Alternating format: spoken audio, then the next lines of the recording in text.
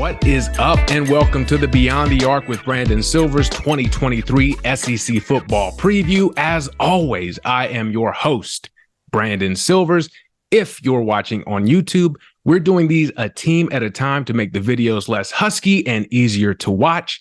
If you're listening on Apple Podcasts or Spotify, you are getting the full preview all at once because you have a pause button. Now, you should subscribe to both video and audio by checking the show notes or searching Beyond the Arc with Brandon Silvers so that you don't miss anything, such as the video-only, most entertaining weekly college football pick'em show in the history of the world, Brett's Bets.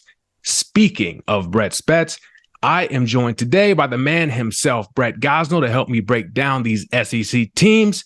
Brett, let's get into it. The Vanderbilt Commodores, 5-7 last year, a banner year for them. 2 SEC wins, 6 losses, but the 2 wins is what we're going to focus on because that broke a hell of a streak.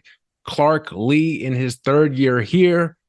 Are we bound for a Vanderbilt bowl game? Brett, what do you think?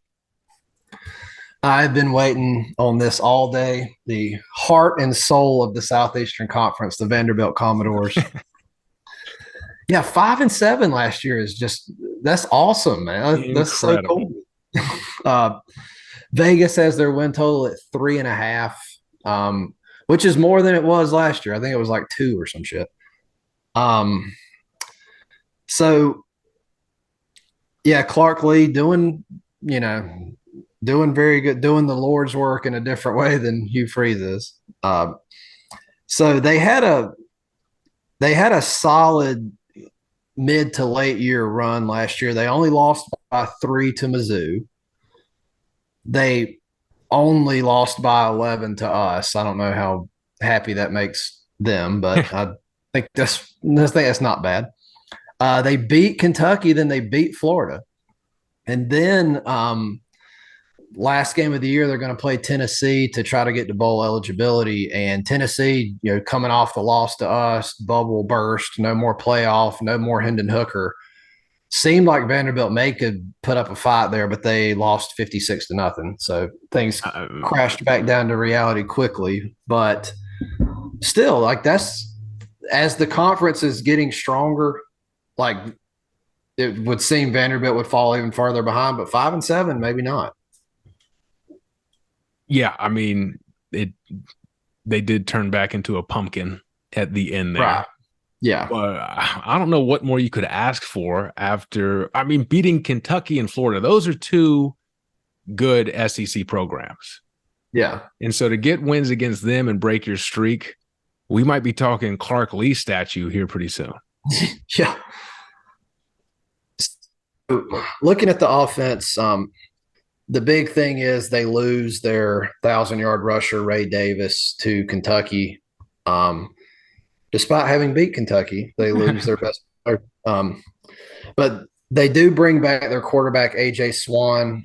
He was a true freshman last year. Didn't play the whole year, but once he took over the job, he was very good. I've got 10 touchdowns, 2 interceptions. That's good. Yeah. He was a 4-star recruit, Elite 11 quarterback. So certainly the best quarterback they've had since Jay Cutler. And, that similar vein of quarterback, a pocket passing guy. So yeah, reason to be a little bit optimistic on offense. Yeah. And they bring back a lot of guys on that side of the ball outside of Davis and Mike Wright, who split time with A.J. Swan last year. So there is hope defensively. I know they lost Anthony Orji, their big-time linebacker. I don't know anything else about them because they're Vanderbilt. So despite having Orji, they had the 7th worst scoring defense in the nation last year and the 4th most passing yards allowed. So losing your best player probably isn't going to get a ton better. No, they do bring back 8, but it's 8 people who did that. Right. So yeah, But I will say it's Vanderbilt. It's like they're not replacing them with 4 and 5 star freshmen. So it is going to have to be these dudes that play. That's true.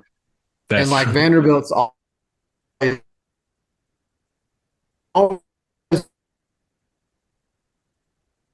recruiting like developmental players, and this is what development, and then hopefully you get better. So, maybe it's not going to be all bad.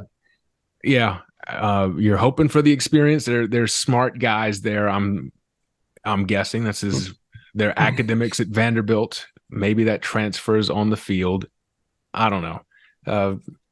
What would it take for you to care about Vanderbilt football? Like, what would have to happen?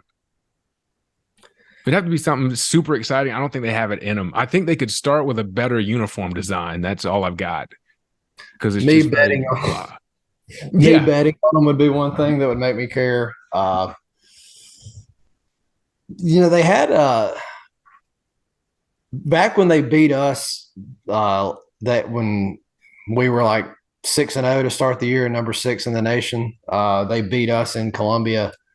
They had a kid from Spartanburg playing on that team who I think had 3 interceptions that day. So having a kid from my hometown, that would help. Maybe. Okay. All right. Well, do they go over 3.5 wins and exceed expectations like they did in a monster way last year? So let's look at their schedule. I know they got Georgia at home. They go to Tennessee. They come to see us. They go to Mississippi. You're looking at the wrong games here to get the 4 wins. Yeah. I'm looking at Hawaii. They'll beat Hawaii. Alabama A&M. Alabama and A&M, I assume they can do that. Wake Forest beat them pretty bad last year, but Wake is kind of losing. They're losing Sam Hartman. Yeah. UNLV. I think UNLV is not bad. They're not terrible. Going to UNLV, so that might actually be difficult. But surely a 5-win SEC team from a year ago can beat UNLV, I would think. But that's not a given. And then, they need to pick up like 1 or 2 SEC wins. They get Kentucky, Mizzou, Auburn at home. That could help. They can get one of those. Yeah, I think they can get to 4 wins. Definitely. Vanderbilt, 4-win team. You heard it here first. That is all. Congratulations, Vanderbilt.